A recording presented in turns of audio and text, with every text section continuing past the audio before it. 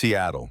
Winter rain blurred every edge of the city, turning street lights into wavering halos of gold against the dark. It was 2:47 in the morning when Ava Collins stood beneath the dim yellow bulb of her kitchen, stirring the last scoop of baby formula into a bottle. Her hands moved automatically, shaking until the powder dissolved into milk-white liquid. From across the small apartment, her son Leo whimpered softly from his makeshift crib, an old dresser drawer lined with folded blankets. "Almost done, sweetheart," she whispered, her voice barely louder than the rain drumming against the window. The apartment was cold. The heater had quit 3 days ago, and the landlord still hadn't returned her calls. Ava pulled her cardigan tighter around her shoulders as she tested the bottle's temperature against her wrist. When Leo finished drinking, his small fingers gradually loosened their grip on her thumb. His eyelids fluttered once, twice, then finally closed. For the first time that night, the apartment fell into stillness. Ava set the empty bottle in the sink and rubbed her arms for warmth. She moved to the counter where her phone lay face up, its screen glowing softly in the darkness. She picked it up, checking her bank balance out of habit. The number stared back at her with brutal honesty: $1,842. Rent was due in 4 days. The refrigerator behind her held 1 carton of milk, 2 eggs, and the quiet weight of mounting panic. Then the phone buzzed in her hand. She glanced down, expecting another overdue notice or automated reminder. Instead, her breath caught in her throat. Official wire transfer approved, 950,000 for harbor acquisition. Reply mode: yes. Last 4 digits, cutoff. 10:30 a.m. Authorization code, AM7743. Sender, Moretti Holdings. Ava blinked hard, certain her tired eyes were playing tricks on her. But the message remained, sharp and real. The logo at the top was professionally rendered, the format unmistakably official. No spelling errors, no suspicious links. $950 million. The number was so enormous it didn't feel real. For a long moment, she simply stood there in the yellow kitchen light, listening to the rain and Leo's soft breathing, staring at the impossible sum glowing on her screen. Her first instinct screamed scam, but something in her, the part trained from years working as a junior project accountant, noticed the details. The encryption footer was present. The document header was clean, properly formatted. The sender's domain looked legitimate. She whispered into the empty room, "This can't be real." But she checked anyway. Her fingers moved across the screen, searching. Moretti Holdings, Seattle. The results loaded slowly. Then they appeared, one after another. Articles, business profiles, a name that carried weight in whispered circles: Luca Moretti, private investor, silent partner in Seattle's largest redevelopment projects. Age 42, known for operating outside traditional corporate structures. No interviews, no public appearances. A man who built power in shadows. Another vibration jolted her hand. Reminder: authorization pending, response required within 6 hours. Her pulse jumped. Ava stared at the message, then at her sleeping son. With that kind of money, she could fix everything. Her mother's foreclosed house, Leo's medical bills, the endless cycle of choosing between heat and food. But she also knew one wrong move, one greedy choice, and she would lose far more than money could ever replace. The refrigerator hummed once, then fell silent again, as if the apartment itself were holding its breath. Ava took a slow, steadying breath. She opened the kitchen drawer and pulled out a clear zip-seal bag, the kind she used to store Leo's pacifiers. She slid the phone inside, pressed the seal shut until it clicked, and held it up to the light. The screen glowed faintly through the plastic, the number still visible, still impossible. "You're not mine," she said quietly, as if speaking to the message itself. Then she sat down on the floor beside Leo's crib, pulled her knees to her chest, and waited for morning light and a decision that would change everything. By dawn, the rain had turned relentless. It came down in sheets, hammering the streets and filling the gutters with rushing water. Ava left Leo with Mrs. Navarro, the neighbor who watched him when she had errands to run. She wrapped herself in a worn coat that had seen too many winters and caught the 7:10 bus downtown.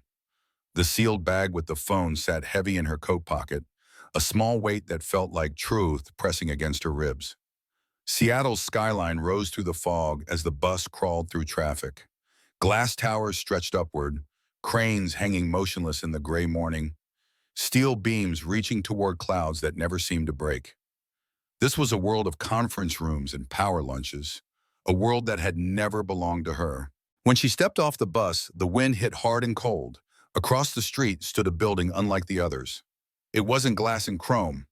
It was dark stone and narrow windows, older than the towers around it, built in a time when architecture spoke of permanence rather than profit.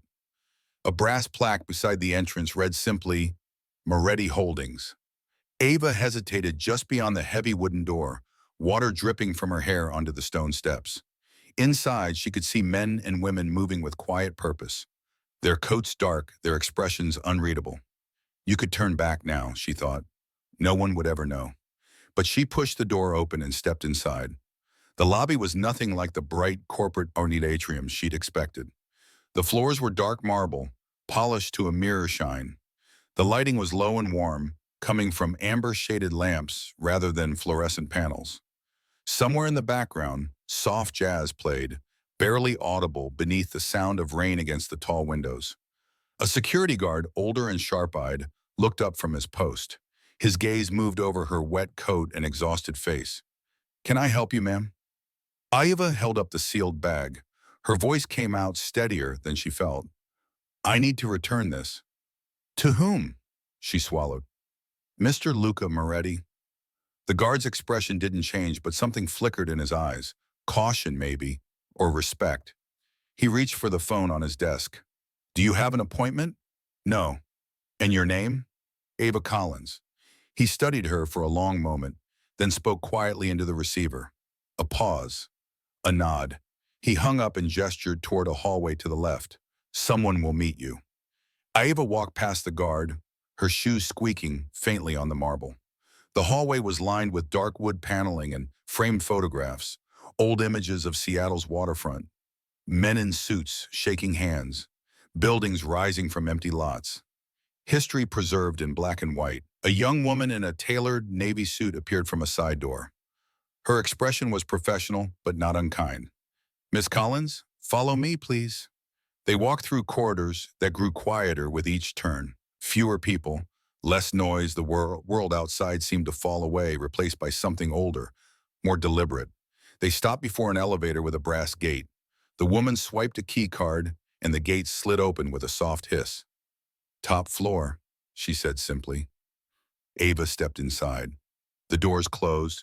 The elevator began to climb, slow and smooth, carrying her upward through floors she couldn't see. Her reflection stared back at her from the polished brass walls, a woman out of place, holding something too valuable to belong in her hands. When the elevator stopped, the doors opened onto silence. A long corridor stretched ahead, lit by wall sconces that cast warm pools of light against dark wood. At the far end, a single door stood slightly ajar. No nameplate, no sign, just the faint glow of lamplight spilling into the hall. Ava walked forward, her footsteps muffled by a deep red runner carpet.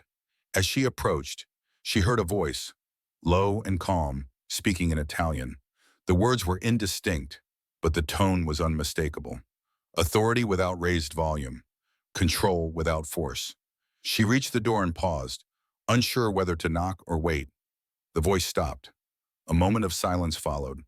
Then, in English, quiet but clear, "Come in, Miss Collins." Ava pushed the door open and stepped into Luca Moretti's world. The room was unlike any office Ava had ever seen. There were no glass walls, no sleek monitors, no open floor plans designed to project transparency. This was a space built for privacy, for control, for decisions made in whispers rather than boardrooms. The walls were paneled in dark mahogany, the kind that absorbed light rather than reflected it. Heavy drapes framed tall windows that looked out over the rain-soaked city, but the view was secondary to the atmosphere inside. Amber light came from two table lamps, with green glass shades casting the room in warm sepia tones. The air carried the faint scent of aged leather, old books, and something else, tobacco, rich and earthy. At the far end of the room stood a large desk, its surface almost bare except for a single lamp, a closed ledger, and a crystal ashtray holding the stub of a hand-rolled cigar. And behind the desk stood Luca Moretti. He was not what Ava expected. There was no expensive suit, no power tie, no carefully styled hair. He wore a dark charcoal shirt with the sleeves rolled to his forearms, the fabric tailored but understated. His watch was gold but simple, no brand name screaming for attention. A single ring adorned his right hand, a thick band that caught the lamplight when he moved. He was perhaps 42, maybe older. His face carried the kind of stillness that came from years of watching, listening, and deciding who lived or died by his word. His eyes were dark, almost black in the dim light, and they fixed on Ava with the calm intensity of someone who saw far more than people wanted to reveal. He did not smile. He did not speak. He simply watched her as she stood frozen near the threshold, water from her coat dripping onto the dark wood floor. Finally, he gestured toward a leather chair near the corner. His voice, when it came, was low and smooth, touched by the faintest trace of an accent. "You can sit." Ava stayed standing. "I won't take long." Luca's gaze didn't waver. He tilted his head slightly, studying her the way one might study a painting, noting the details, the cracks, the truth beneath the surface. "You came to return something," he said. Not a question. A statement. Ava reached into her coat and pulled out the sealed zip bag. She stepped forward and placed it carefully on the desk between them. Inside, the phone screen still glowed faintly, the message from the night before still visible. "I think this belongs to you." For a moment, Luca didn't move. His eyes shifted from her face to the bag, then back again. Slowly, he reached forward and picked it up, turning it over in his hands. He studied the seal, unopened, untampered with. Then he looked at her again. "You could have ignored it." "I almost did." "What made you come?" Ava's fingers tightened around the edge of her coat pocket. "Because keeping it would cost me more than I could ever spend." A pause, long and weighty. Something shifted in his expression, subtle as a breath, recognition, perhaps, or respect. He set the bag down and pressed his thumb to the seal, breaking it open. The phone slid into his hand. He entered a code and the screen unlocked instantly. His eyes scanned the message, then the timestamp. He exhaled slowly, not in relief, but in something closer to disbelief. "Our system ran an authorization test last night," he said quietly. "A simulation. It should never have been sent outside the network." He looked up. "You intercepted it before anyone else could." "I didn't intercept anything," Ava said. "It just arrived." "Do you understand what would have happened if you hadn't come here?" She hesitated. "I didn't want to find out." Luca leaned back slightly, his hands resting flat on the desk. "Most people wouldn't have walked through that door, Miss Collins. They would have called a lawyer first. Or worse." "I can't afford a lawyer," she said simply. The corner of his mouth lifted, just barely.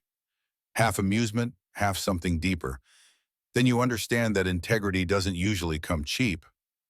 "I'm not here for a reward." "I know." His voice softened just slightly.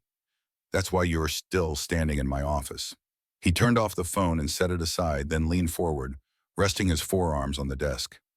"Do you mind if I ask what you do, Miss Collins?" "I used to be a project accountant," she said, "until the company downsized last year." "Construction?" "Yes, small scale. Residential infrastructure, mostly." Luca nodded slowly as if filing the information away. Then he stood and walked to the far wall, where a large map hung in a heavy wooden frame. It was a detailed street grid of Seattle's waterfront, marked with colored pins and handwritten notes in the margins. "Then you might recognize this." Ava stepped closer, her eyes scanning the grid. The map showed neighborhoods she knew well, and then she saw it, a name printed in small block letters near the bottom edge. Brook Lane Avenue. Her throat tightened. "That's my neighborhood." Luca turned slightly, watching her reaction. "Sit?" She faced him, her voice harder now. "My mother lives there, or she did, before her building went into foreclosure." She gestured toward the map. "Are you the one taking it down?" His expression didn't change. "You think I'm demolishing it?" "I think the map says enough." The rain outside thickened, drumming against the windows like a distant army. Luca stepped closer to the map, his finger tracing a cluster of red marks near the waterfront. "I'm not the one trying to erase harbor," Miss Collins, he said quietly. I'm the one trying to save it. Ava frowned. From what? From people who see it as land, not lives. He pointed to the red marks. This project was supposed to rebuild storm defenses, affordable housing, green zones. But some of my contractors decided there's more profit in fake invoices and inflated budgets. Ava blinked, trying to follow. So you're saying, I'm saying we're bleeding millions into things that don't exist, he interrupted. And every dollar they steal is one less home rebuilt. Her mind caught on the words, fake invoices. That was a language she knew. Why are you telling me this? Luca looked directly at her, his dark eyes steady and unblinking. Because you found what half my people pretend not to see. He paused. The cost of doing the right thing. Maybe you understand it better than they do. Aviva shook her head slowly. I just returned a phone. And in doing so, he said, you returned something I thought this place had lost. What's that? Trust.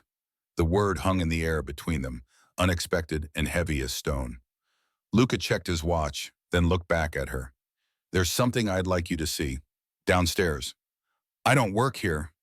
Neither do most of the people who fix things, he replied, already moving toward the door. After a long pause, Ava followed. They walked down a quieter corridor, past closed doors and muted conversations. The hum of old radiators filled the silence. Through narrow windows, rain streaked like ink over pale light. When they reached a heavy oak door marked records, Luca produced a key from his pocket and unlocked it. Inside, the room was lined with filing cabinets and shelves stacked with ledgers. A single desk lamp cast a circle of light over a table in the center. Luca handed her a thin folder. These are project summaries. I can't prove the fraud yet, but the numbers feel wrong. Ava opened the folder. Columns of figures filled the pages. Flood control expenses, safety inspections, vendor payments. Her eyes moved quickly, trained to spot inconsistencies. And there they were, clear as daylight. Expenses doubled overnight. Signatures from consultants who didn't exist. She flipped to the last page and saw the contractor's name stamped at the bottom. Harlan Company Contractors. I've seen this pattern before, she murmured. Padding safety budgets. Triple billing for ghost consultants. Luca studied her reaction carefully. Would you be willing to look closer? Ava hesitated, the folder heavy in her hands. You don't even know me. I know what kind of person returns $950 million she doesn't own. That stopped her cold. The lamplight reflected in his eyes, turning them softer, almost human. He reached into his jacket and pulled out a card, plain white with only a phone number embossed in black ink. No name, no title. If you change your mind, he said, call me. No obligation. Ava took the card. Her fingers brushed his briefly, and she felt the faint tremor of someone who carried too much control for too long. Then he said quietly, almost gently, you did the right thing, Miss Collins. That doesn't happen much around here. She turned to leave, but before stepping into the hallway, she glanced once more at the map on the wall behind them. The same streets, the same rain.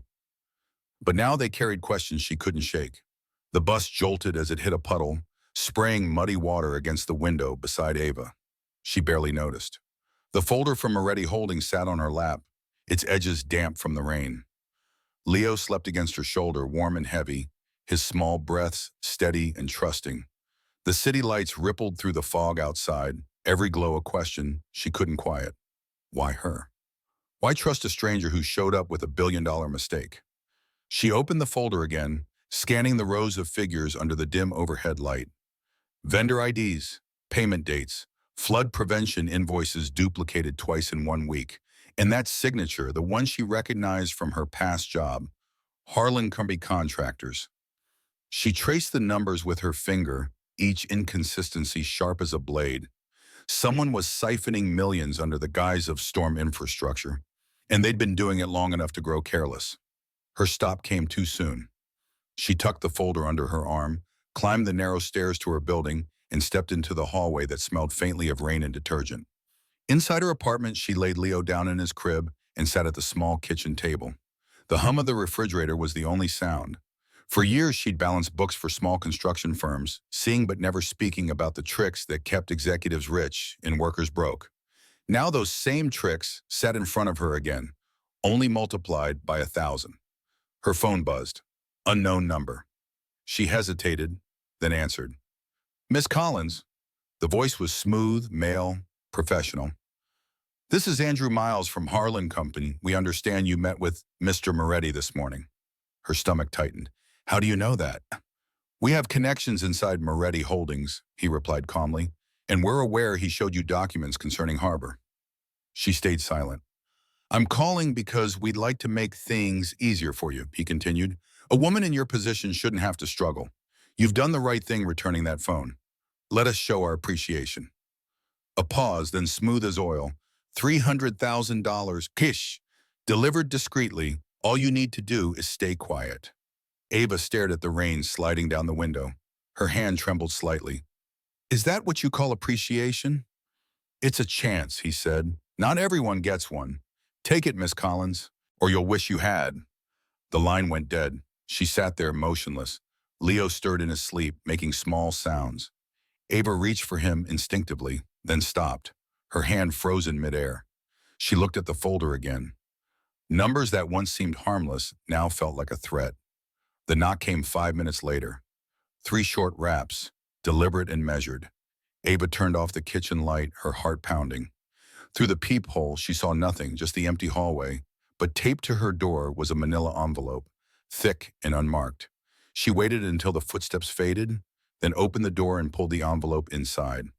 No note, no name, just cash. Thick stacks of $100 bills bound with paper bands. The faint scent of cologne clung to the paper, expensive and masculine. This was the kind of money that could erase years of hunger, bills, and fear. Her breath hitched. She set the envelope beside the baby bottle on the counter and stared at it for a long minute. Then she whispered to herself, almost a prayer. No, not this way. She reached for another zip seal bag, slid the envelope inside, and pressed it shut like evidence at a crime scene. The next morning, the sky was a dull gray mirror. Ava returned to Moretti Holdings, the sealed bag in her coat pocket once again. Security recognized her instantly. Back again? Yes, she said. I need to see Mr. Moretti. Minutes later, she stood once more in his office.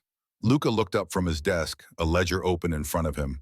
Surprise flickered across his face, brief as lightning. You found something? Ava placed the zip bag on his desk. Someone found me. He frowned, unzipping the bag. His jaw tightened when he saw the cash. Where did this come from? Your contractor. Harlan Company.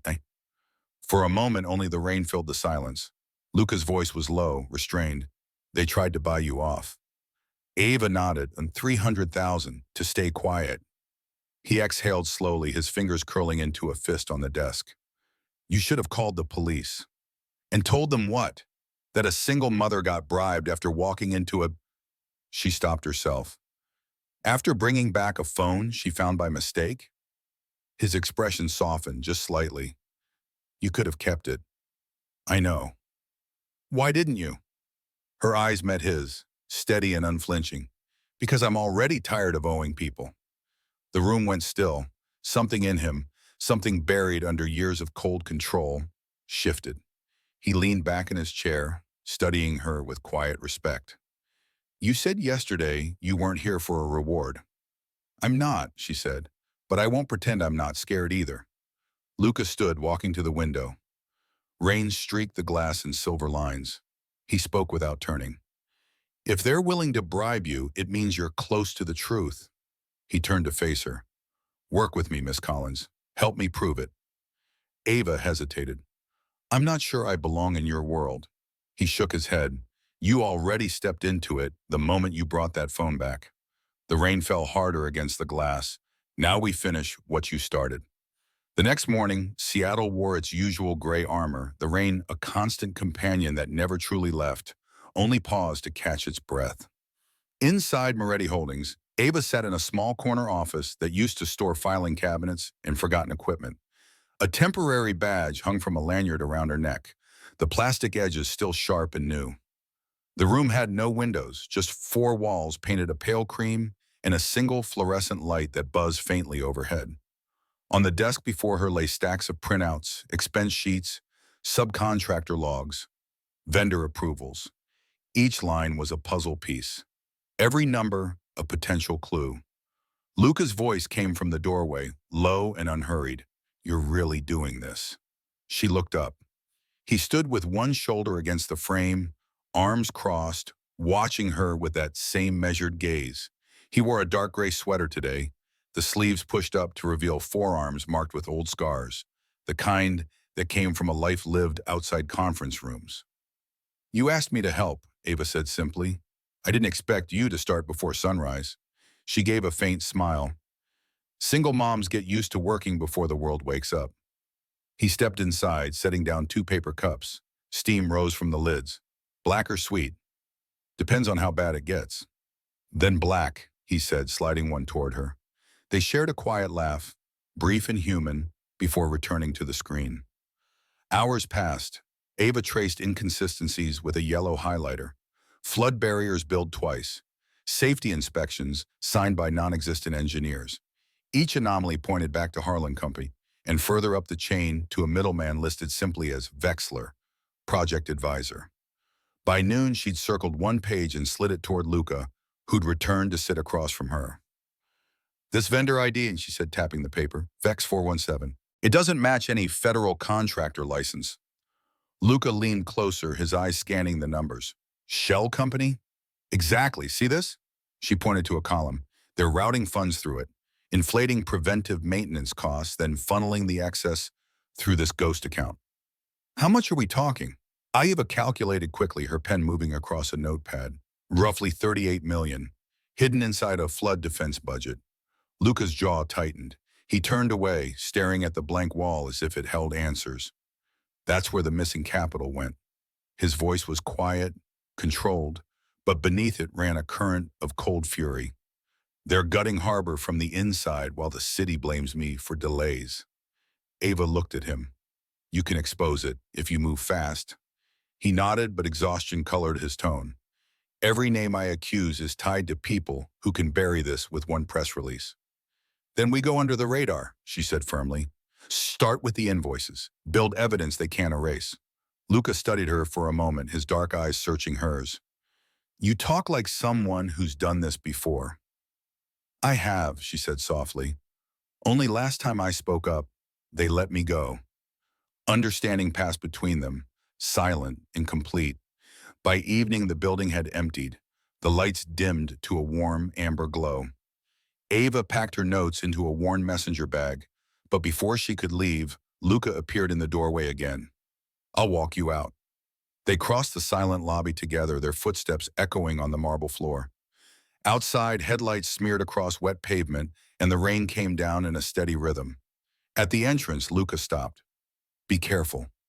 They already know I'm involved," Ava said gently, adjusting the strap of her bag.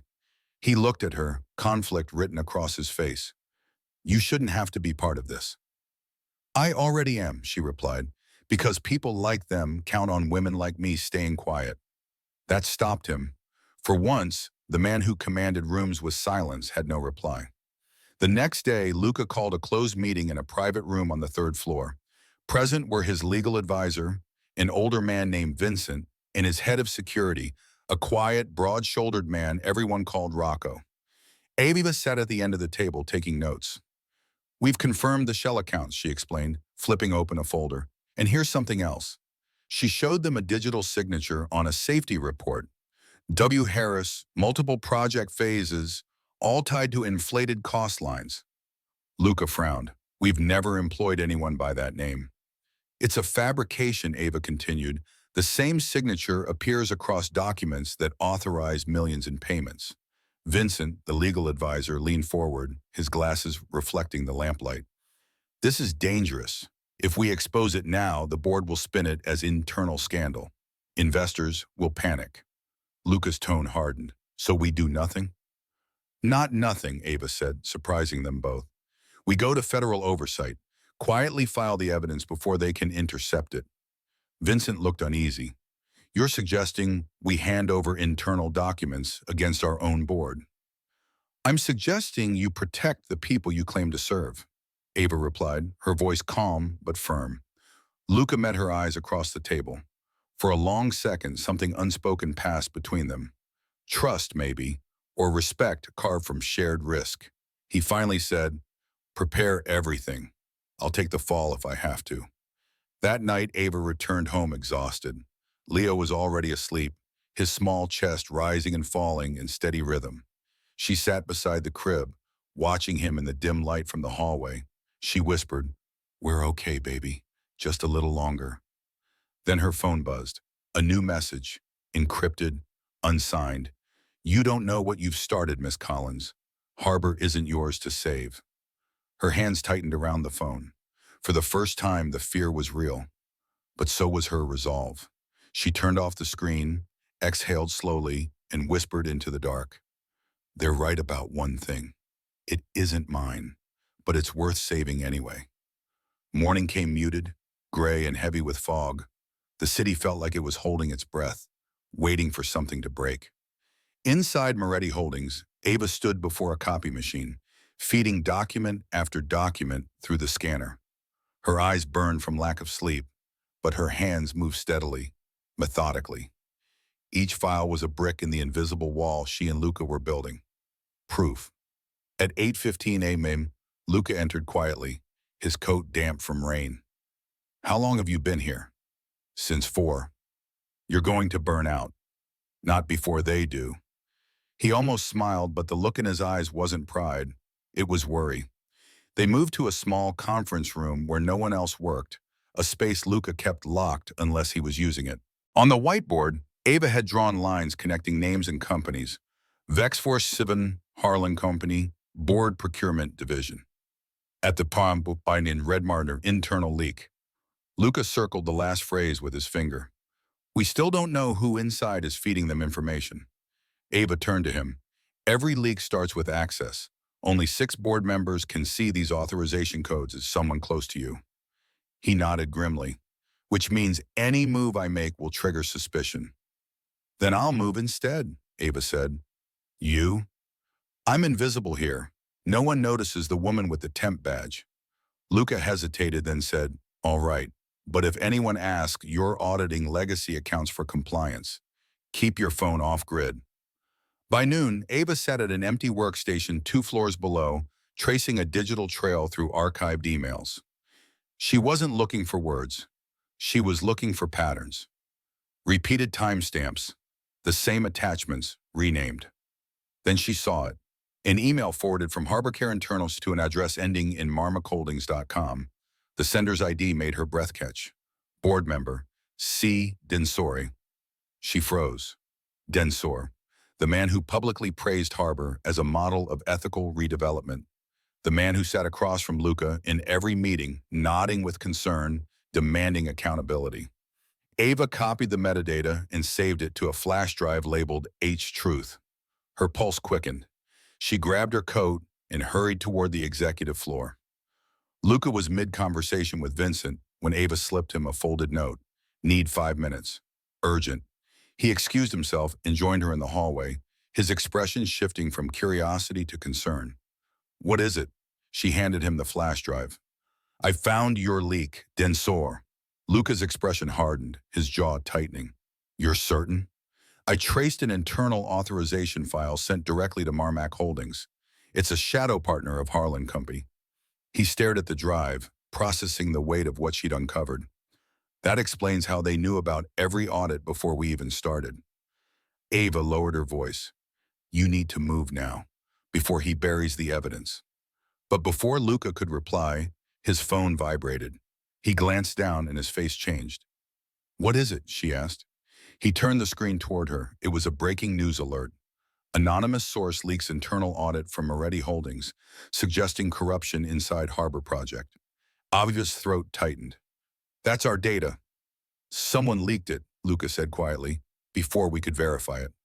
The next hours blurred into chaos. Reporters swarmed the building's entrance. News vans lined the street outside. By evening, Luca's office was surrounded by lawyers, advisors, and security personnel moving with grim efficiency. Ava sat in a corner chair, silent, watching Luca face the onslaught. Vincent snapped, his voice sharp with frustration. You realize what this means? The feds will open an investigation. Our financial standing will collapse. The board will hang you for negligence. Luca replied evenly, his voice calm as deep water. If the truth is out, it's worth it. Vincent lowered his voice, leaning closer. Not if it destroys everything you've built. Luca turned to Ava. We need to know who leaked it. Was it sent from your terminal? Her stomach twisted. No, but the files were on my drive. He inhaled sharply. Then someone accessed your station. Meaning they knew I was working with you, she said. He met her eyes. And now you're in danger again. That night, Ava left the building under security escort. Rocco walked beside her, his presence quiet but unmistakable. The city outside was louder than usual, sirens wailing, traffic snarled, news vans buzzing around the corporate district like wasps. She reached home, locked the door, and pressed her forehead against the cool wall. Leo stirred in his sleep. Ava sat beside him, whispering, We did the right thing, didn't we? Her phone buzzed again. A new message. No number. Truth won't save you, Miss Collins, but it will bury him. She stared at the words until the screen dimmed. In the reflection, rain glimmered against the glass, just like the day she'd first walked into Luca Moretti's world. Only now she realized that doing right wasn't the end of the story. It was the beginning of the storm. Morning headlines hit like a hammer. Billion-dollar project scandal. Moretti Holdings under federal scrutiny.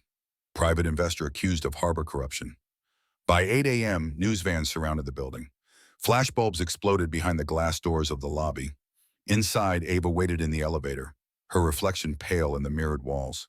Her temporary ID badge felt heavier than ever. When the doors opened, she stepped into chaos.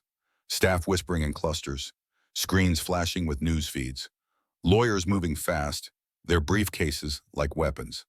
At the end of the hall, Luca stood before the boardroom doors. His face was controlled, but his eyes carried shadows of exhaustion.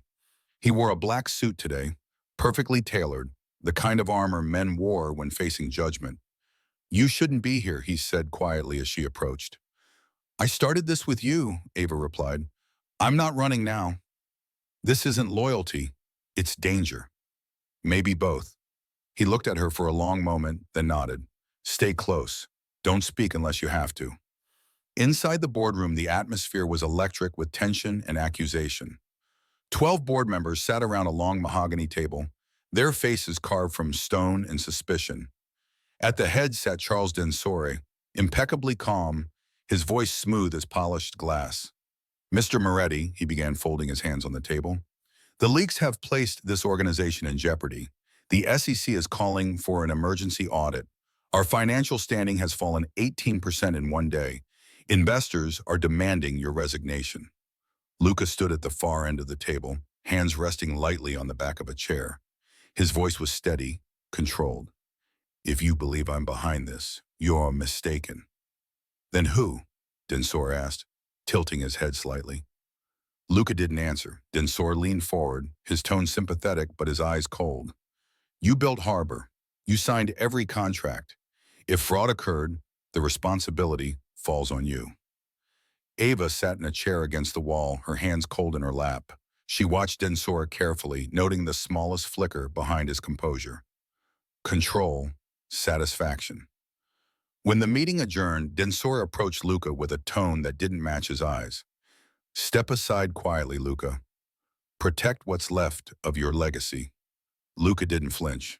I protect the truth, Charles, not the lie you built. Densore's jaw tightened, the mask slipping for just a heartbeat. Careful, you don't know who you're fighting.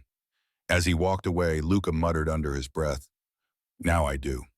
That night, Luca called Ava to his private office. Stacks of printed articles lay on his desk, the headlines circling like vultures. He poured coffee from a silver pot, his hands steady only on the surface. They've frozen internal access, he said. All our data systems are locked under federal review. Agents will be here in 48 hours. Then we give them what they need, Ava said, the full evidence set. He shook his head. They won't believe it came from us. The leak poisoned the trail. They'll think I'm hiding behind forged evidence. Ava's eyes hardened. Then we find another way. Luca looked up. What do you mean? Go around them, file directly to the federal office through a personal whistleblower channel. She paused.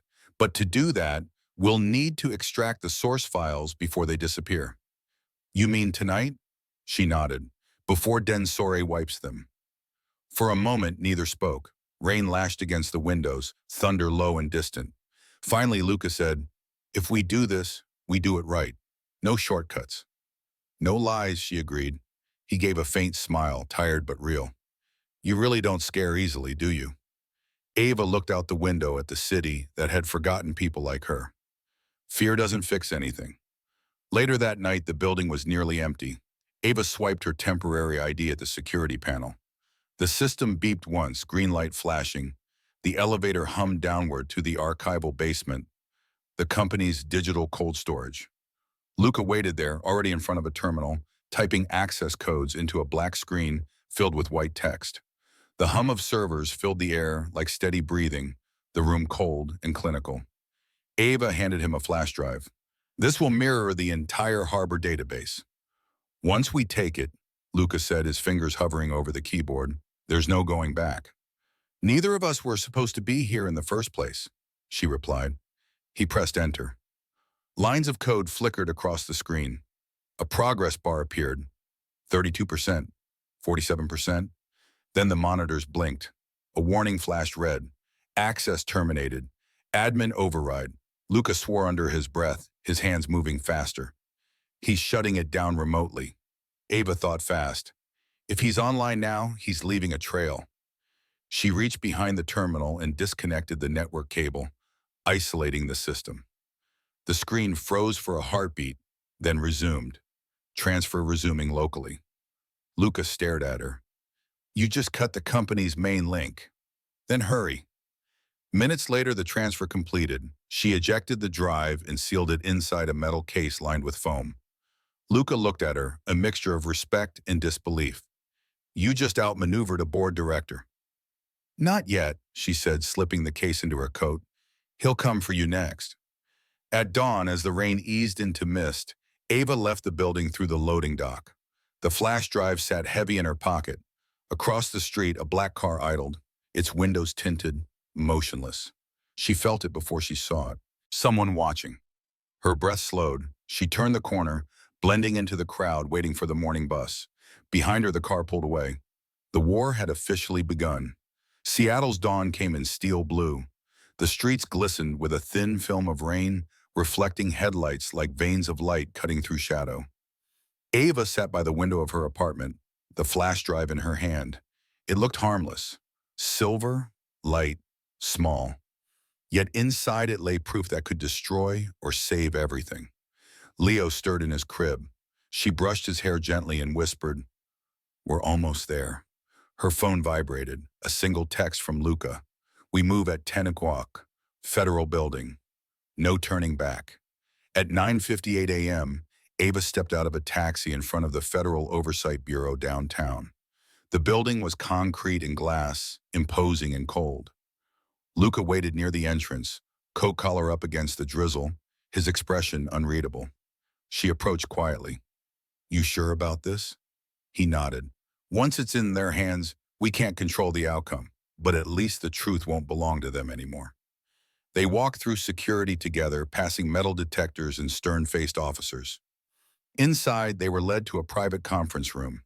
Two federal auditors sat waiting, both in dark suits, their faces carved from professional skepticism. The older one, Agent Morin, tapped the table with his pen. You understand what you're alleging, Mr. Moretti? Corporate fraud on a billion-dollar scale, implicating your own board. Yes, Luca said simply. And you have evidence to support this? Ava placed the metal case on the table. Her hand trembled slightly as Agent Morin slid it into an evidence envelope, sealing it with red tape. Morin's eyes moved between them. You'll both be under investigation too. Once this opens, everything about your involvement will become public record. Ava's throat tightened. Luca answered first. We understand. That night, headlines shifted again. Federal oversight receives whistleblower data from inside Moretti Holdings. Anonymous source suggests board corruption, not CEO. It spread like wildfire across every news platform, every social media feed. But then another headline followed, faster and louder. Whistleblower identified Ava Collins, former accountant turned insider. Her photo, the one from her temporary ID badge, filled every screen. Ava froze in her apartment, staring at her own face on the television. The phone rang nonstop, reporters, strangers, threats. When she finally picked up, it wasn't any of them. It was her mother's voice, fallen trembling. Ava, they came by the house, asking questions. A pause. What did you do? Ava's voice cracked. I told the truth, Mom. You don't understand, her mother whispered. They said you're helping the man who's destroying Harbor. The words hit harder than any headline. Hours later, Luca showed up at her door. His coat was soaked through, water dripping onto the floor. You need to leave town for a few days, he said firmly. I can't, she replied. My name's out there now. If I run, it proves them right. He exhaled, pacing the small kitchen. The board's painting you as the leak. Densor is calling you a fraud, claiming you blackmailed me. I should have seen this coming, she muttered. Truth doesn't scare them. Losing control does. Luca stopped pacing, his voice low and urgent. Ava, this is what they do. They twist good people until they give up. She looked up at him, her eyes tired but defiant. And you didn't? He met her gaze. I had to learn not to. That night, Luca drove her to a safe location, a small storage loft above a retired associate's print shop. The hum of rain followed them inside, steady and relentless. She sat on a wooden crate, exhausted. They'll come after you next, she said. They already are, he replied quietly. But they forgot something. What? He looked at her with quiet resolve. You and I are not the story they think they're writing. For a moment, silence filled the room. Two people who'd done the right thing now hunted for it. The next morning, the Federal Bureau confirmed part of their findings. Falsified invoices tied directly to Marmok Holdings, Densor's shell partner. But the twist came when investigators discovered hidden contracts inside the Harbor files. They weren't from Harlan Company. They were government permits, signed off months ago. Ava studied the printout in disbelief. These aren't fake. They're official city approvals. They were planning the demolition months before the fraud started, she said slowly. Luca's expression darkened, meaning this isn't just corporate corruption. The city's involved. The truth had shifted. The enemy was bigger than either of them had imagined. He looked out through the rain-blurred window and said quietly, We were trying to save Harbor from the board, but now it's the whole system. Ava nodded slowly, her voice steady. Then we don't stop at them. Rain hit the windows like static, relentless and cold. Every news channel in Seattle carried the same headline, looping on repeat like a broken record. Whistleblower Ava Collins, hero or accomplice. Split screens showed her photo beside Luca's. The captions twisting the truth with surgical precision. Single mother caught in billion-dollar scandal. Did she help cover the fraud before exposing it? By the time Ava reached the print shop loft, her inbox overflowed. Half the messages were praise. You're brave, you're a hero. And half were venom, you're a liar, you're destroying jobs. Luca was already there, staring at the muted television. The light from the screen washed the room in cold blue. He didn't look up. They're turning it into entertainment. Ava dropped her coat on a chair. They always do. If they can't discredit the story, they'll discredit the people. He turned, his eyes sharp. Then we stay louder than the lie. That evening, Densori held a press conference from the steps of Moretti Holdings. His tone was calm, rehearsed, sympathetic. We regret the actions of Mr. Moretti and Miss Collins, who appear to have falsified data to protect their own interests. Moretti Holdings will fully cooperate with the authorities to ensure transparency and accountability. Ava watched from the loft, fists clenched. He's flipping it, making us the criminals. Luca said nothing. He was writing something longhand on a notepad, his handwriting sharp and deliberate. What are you doing? She asked. Drafting a statement, not for the press, for the employees. He handed her the paper. If integrity costs us everything, then that's the price I pay. But Harbor was never built for profit. It was built for people. And no board, no lie, No threat will change that. Ava stared at the words. You'll lose everything if you release this. Luca looked at her, steady and calm. We already did. Now we fight to keep what still matters. Later that night, Ava's phone rang again. Unfamiliar number. She hesitated, then answered. Miss Collins. The voice was low, official. This is Agent Morin. We need you to come in immediately. Her pulse quickened. Is something wrong? There's been an update. We traced several payments from Marmac Holdings. One went directly to a city council member. Ava's breath caught. You're saying the city was bribed? Worse, Morin said. We think the demolition permits were backdated to legalize the fraud after the money moved. She went silent. Ava, he added, his tone softer, we'll need your statement and the drive. She hesitated. The drive's not safe here. Then make sure it doesn't disappear, he said, and hung up. The next morning, the air felt thicker, heavier. Ava and Luca sat in his car outside the federal building. He looked out the windshield at the gray stone steps leading to the entrance. If the city's involved, this will go beyond corporate scandal, he said quietly. You understand what that means? That we'll both be buried before it's over, Ava said. He turned to her. Then we make sure it counts. They walked in together, passing cameras, whispers, and the cold marble echo of judgment. Inside, Agent Morin led them to a private room. On the table sat two files, one stamped confidential, the other sealed by court order. Morin opened the first. We have enough to indict the contractor in Dinsori, but if we touch the city files, the mayor's office will retaliate. We'll need you to testify publicly. Ava felt the room close in. You mean as the face of this? Yes, Morin said. You're the only one with first-hand evidence. Without your statement, the case won't hold.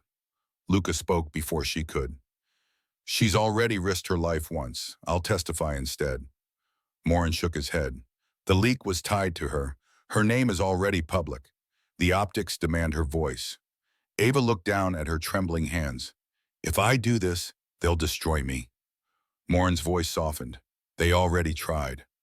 That night, Ava sat alone on the floor of her apartment, Leo asleep beside her. The rain outside turned the city into a blur of gold and gray. She picked up the photo of her mother's house, the same one circled on the harbor map. Everything began with that photo, she whispered, almost to herself. Maybe it ends there too. The following day, Luca stood in his office, watching as the federal subpoenas hit the news. Moretti Holdings Board under criminal investigation. Federal oversight expands inquiry into city officials. His assistant rushed in. Sir, they're asking for your comment. Luca replied calmly. Tell them this. The truth is catching up. Outside, protesters gathered in the rain. Some carried signs demanding justice. Others defended the company, shouting about jobs and livelihoods. And amid that storm, Ava stepped up to a podium under a gray sky. Reporters packed shoulder to shoulder, cameras flashing like lightning. Her voice trembled only once at the start. My name is Ava Collins. I was never meant to be here. I was a mother trying to survive. But sometimes the right thing doesn't wait for the right person. It just needs someone to do it. Silence. Then a wave of shudders and scattered applause. Luca, watching from a car nearby, closed his eyes. For the first time in weeks, he breathed fully. Seattle woke to thunder that morning. The rain had not stopped in days, as if the city itself refused to wash clean until the truth surfaced. Ava watched the gray light filter through the blinds of the loft. Leo was with her mother now, safer that way. On the table lay the flash drive, the one they'd taken weeks ago. It still carried the entire harbor database, the unfiltered truth. Luca arrived quietly, his trench coat damp from the weather. You didn't sleep. Neither did you. He placed a folder on the table. Inside were subpoenas and signed testimonies. Agent Morin's final report. The Bureau is ready. Gisham, eerie, Luca said. Tomorrow morning the hearing starts. Densor will be there, the contractors too. In the city officials, Ava asked, already under subpoena, but they're trying to delay it. He paused. Morin says we'll need to present the original drive, your copy on record, to verify the data's integrity. Ava's eyes lingered on the drive. So everything comes down to this little piece of metal. Luca nodded. Everything. At noon, they met Agent Morin in a quiet federal office, stripped of cameras and press. The agent's tone was steady, pragmatic. You did the hard part, exposing them. Now we lock it down. He glanced at Luca. You'll testify first. Then Miss Collins confirms the audit trail from the flash drive. Luca said, and if they fight it? Morin smiled faintly. They will. That's why we bring truth with receipts. That evening, Seattle's skyline glowed faintly through the rain. Ava and Luca sat in silence in his car, parked near the waterfront, the same pier visible from her apartment window months ago. You remember the first time we met? Luca asked quietly. Ava smiled faintly. You mean the day I walked into your building, soaked and terrified? He nodded. You looked like you didn't belong there. I didn't, she said. But that didn't matter, did it? No, he said. You made it matter. The pause lingered, warm and heavy. She turned to him. What if this ruins you completely, Luca? Your company, your legacy. He interrupted gently. Then it ruins the right man. The next morning, the federal courthouse in Seattle was packed. Rows of press filled the lobby. The storm outside blurred the glass walls like fogged memory. Luca took the stand first. Calm, controlled. He presented the timeline, how the contractors' shell companies siphoned public funds through ghost invoices and false flood mitigation contracts. Then came Ava. The courtroom fell silent as she approached the witness stand, flash drive in hand. Agent Morin stood nearby. State your name for the record. Ava Collins. And what do you hold? The original harbor audit files, unaltered, time-stamped before the system breach. Her voice didn't shake. Morin plugged in the drive. The monitors lit up. Thousands of entries appeared, each one stamped with digital signatures from Densor's accounts. Gasps rippled through the courtroom. One by one, the names of contractors, city clerks, and board members appeared, tied to illegal transfers. The judge leaned forward. Miss Collins, you're saying these records predate the alleged leak? Yes, Your Honor. They were extracted before Densore shut down access. I was there when it happened. And who authorized that extraction? Luca stood. I did. A hush spread. The judge nodded slowly. Then both of you just changed the course of this case. By afternoon, news swept across every network. Federal hearing confirms massive corruption in harbor project. Whistleblowers' data validated. Board director under arrest. At the same hour, Charles Densore was escorted out of Moretti Holdings in handcuffs, his face a mask of controlled fury. Luca watched from the courthouse steps as rain began again, steady and cold. Agent Morin approached him. You just took down half a city's corruption ring, Mr. Moretti. Luca shook his head. We only showed people what was already there. Morin looked at Ava standing beside him, then added quietly, sometimes that's the hardest thing to do. That evening, the storm eased. Ava stood at the same spot by the water where it all began. She watched the skyline flicker. Not perfect, but alive again. Luca joined her. They cleared me today, he said, and the Bureau wants you as liaison for the recovery phase of harbor. She smiled, faint and disbelieving. You mean rebuild what we almost lost? Yes, he said, together, if you'll take it. Ava looked toward the horizon. The rain had stopped, but the streets still shimmered. Funny, she said softly. It all started with the wrong message and ended with the right one. Luca replied, maybe it was always the right one, just sent to the right person. Seattle, 2 months later.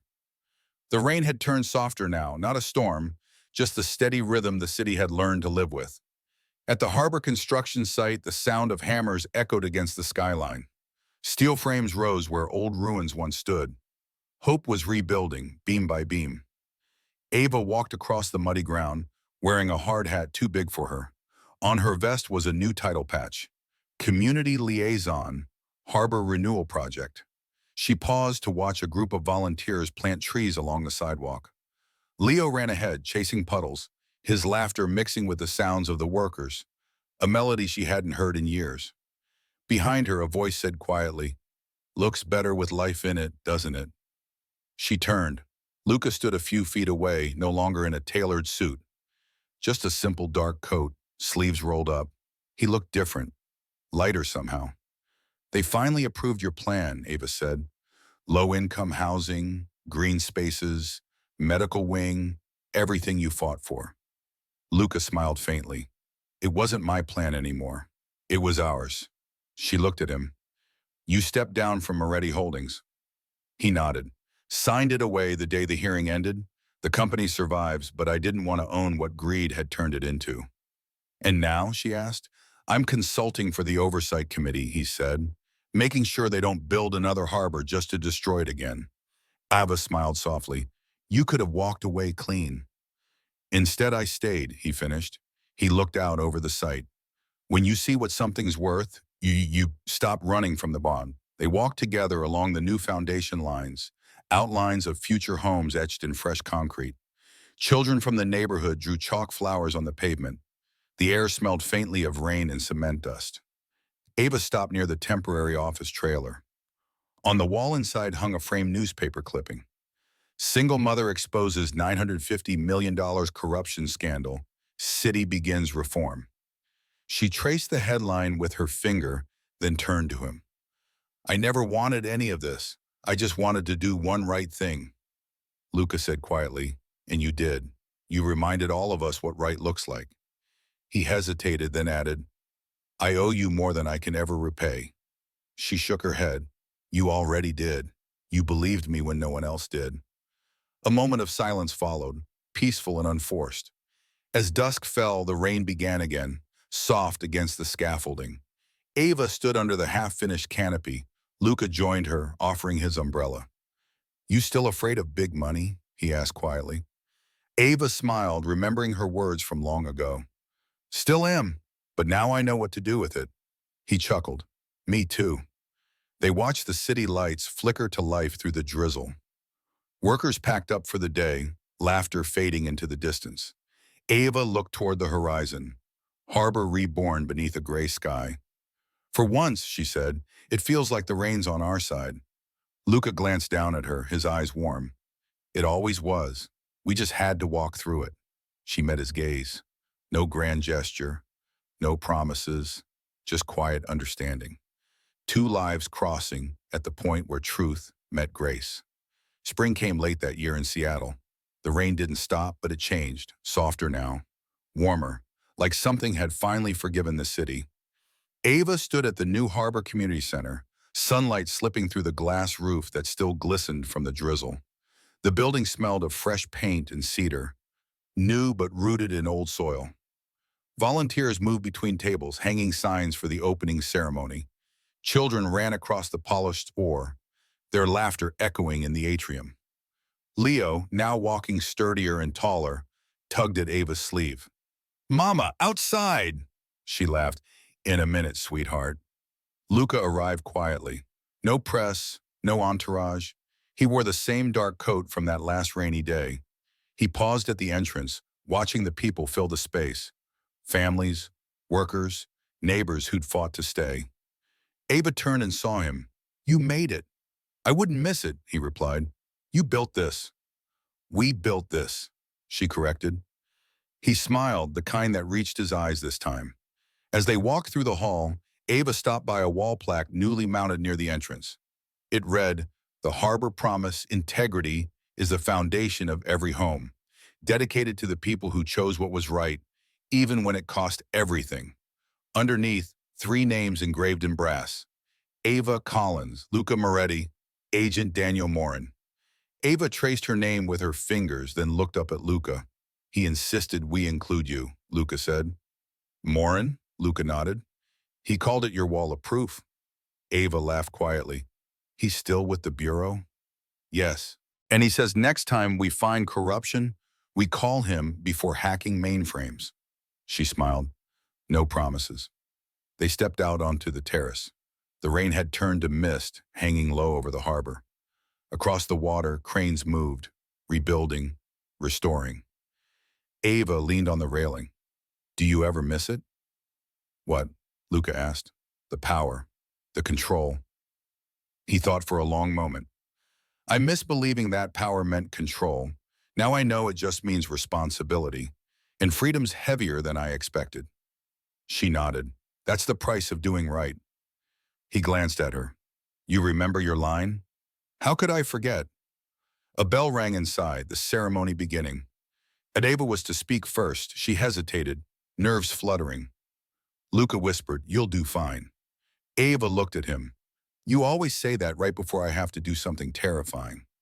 That's because it's always true. She laughed under her breath and stepped forward. Inside the hall, the crowd quieted as Ava took the podium. Her voice, calm and steady, carried across the space. When this project began, Harbor was just an idea, and a dangerous one. People told us it was impossible to rebuild something so broken. But we learned that integrity, like a foundation, doesn't crack under pressure. It only shows who stands firm. She paused, her eyes meeting Luca's across the room. 2 years ago, I got a message I was never supposed to receive. It changed everything. Not because of the number on it, but because it asked me to decide who I wanted to be. And I think that's the question a Harbor asks all of us now. Who do we want to be when no one's watching? Applause filled the hall. Luca watched her step down from the podium, sunlight catching her face. For the first time since this began, she didn't look like someone surviving.